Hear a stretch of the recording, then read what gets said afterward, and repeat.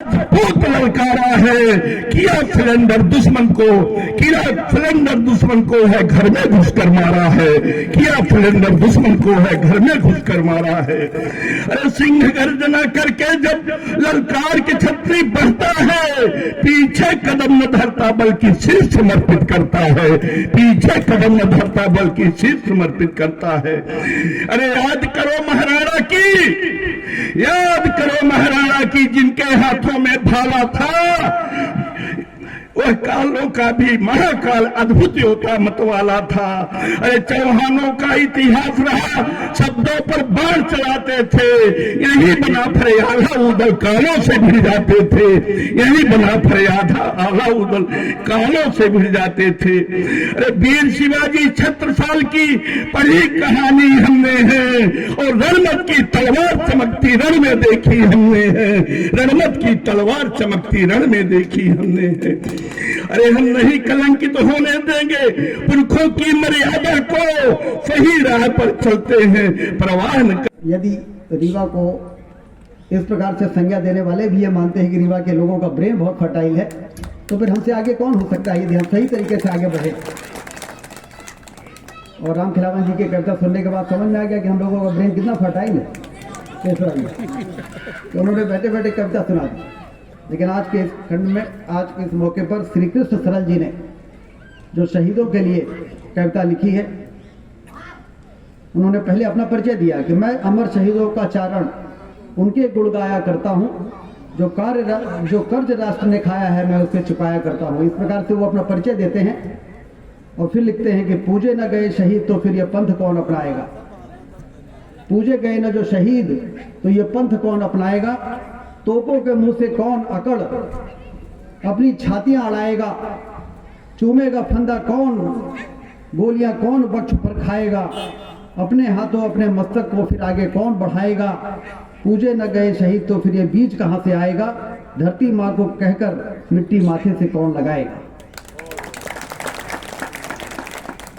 तो ये जो हमारे शहीद ये तब तक हमारी पूजा संपन्न नहीं होती। इससे बड़ा प्रमाण क्या चाहिए।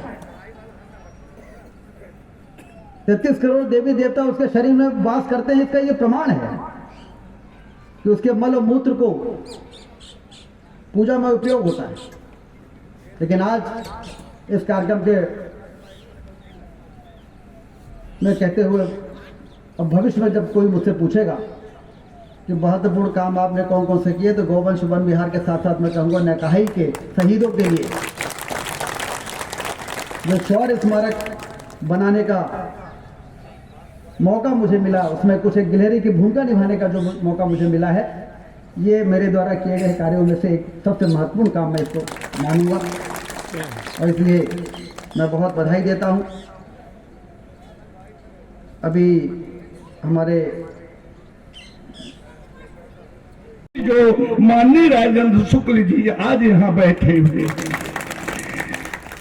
लाल बहादुर सिंह जी अपने पूर्वजों की याद में जो ने कहा युद्ध में बलिदान यहाँ पर हो गए, कर चुकी थे वीर अद्भुत, थे लड़ाकू आज भी प्रमाण जिसका सामने छतुरी चहुंगित दिख रहे हैं। हम आदरणीय दादा भाई लाल बहादुर सिंह के सम्मान में मुक्तक दे चाहे थे, ये बड़ा भव्य कार्यक्रम करें। कई एक दिन पहले हमको बताए रहे कि 8 तारीख हमका याद मरा, आज सुबह अपना से फोन में बात हुई, आमंत्रित करें, बहुत अच्छा लगा।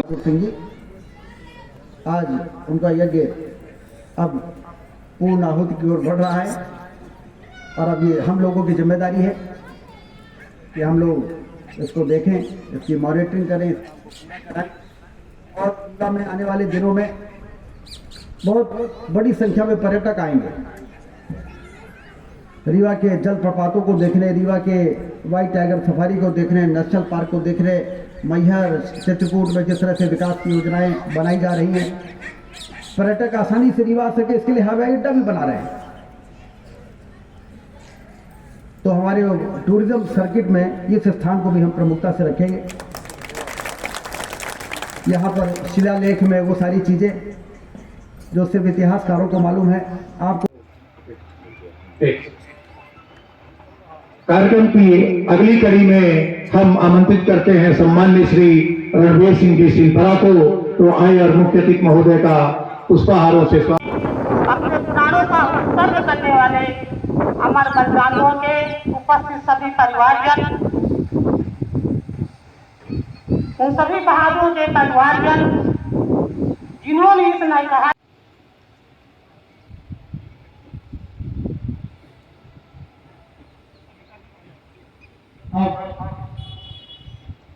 पुष्पहारों के स्वागत का सिलसिला यही समाप्त हुआ। सम्मानित है 23-20 वर्षों के बाद हमारे पूर्वजों का, जिन्होंने इस मातृभूमि की रक्षा के लिए अपने प्राणों की आहुति दे दी, आज उनके इस पुण्य स्मरण शौर्य स्थल पर हम सब पधारे। तो मैं जाने लागे कब है पर लिख डाला है तो पढ़ाई कर तो पढ़ के ये पंडित का पंडित